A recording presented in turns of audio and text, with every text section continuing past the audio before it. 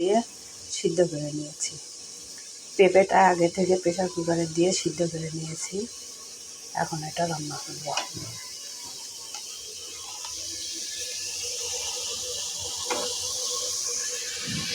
মশলাটা কষানো হয়ে গেল, সিদ্ধ করে রাখা পেঁপেটা, মানে অল্প সময়ে যেটা রান্না বলে সেটা খুব তাড়াতাড়ি রান্নাটা কমপ্লিট হয়ে যাবে। যদি আমরা আগে থেকে পেঁপেটা সিদ্ধ করে নিই আর তারপরে মশলাটা কষায় নিয়ে এভাবে রান্না করলে খুব তাড়াতাড়ি রান্না করা হয়, তাড়াতাড়ি খাওয়া হয়। সহজ পদ্ধতি, গ্যাসও বাঁচে, সময়ও বাঁচে। পেঁপে রান্না এভাবে করলে মানে অনেক স্বাদ লাগে, খেতেও অনেক স্বাদ, খুব স্বাদ লাগে এই পেঁপের ঝোলটা। কাঁচা পেঁপে যখন আমরা কষাতে যাই তখন সময়টা একটু বেশি নেয়, বেশি লাগে, অতটা স্বাদও হয় না, কিন্তু এইভাবে রান্না করলে অনেক স্বাদ লাগে। পেঁপেটা আমার কষানো হয়ে গেছে, এখন এর মধ্যে মাছ দিয়ে দিই। কই মাছ দিয়ে দিচ্ছি, সঙ্গে প্যানিও দিচ্ছি। কই মাছগুলো আমি আগে থেকে ভেজে রেখেছিলাম, সেগুলো দিয়ে দিলাম।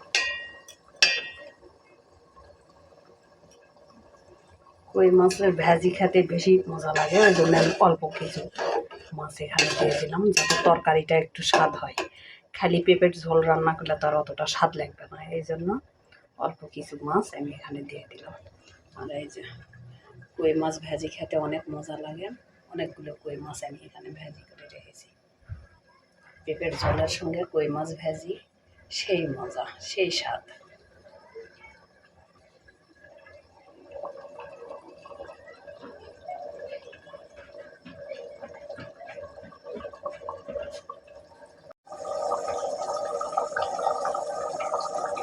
এই যে আমার অল্প সময়ে রান্নাটা কমপ্লিট। কই মাছের ঝোল, পেঁপে দিয়ে কই মাছ ঝোল।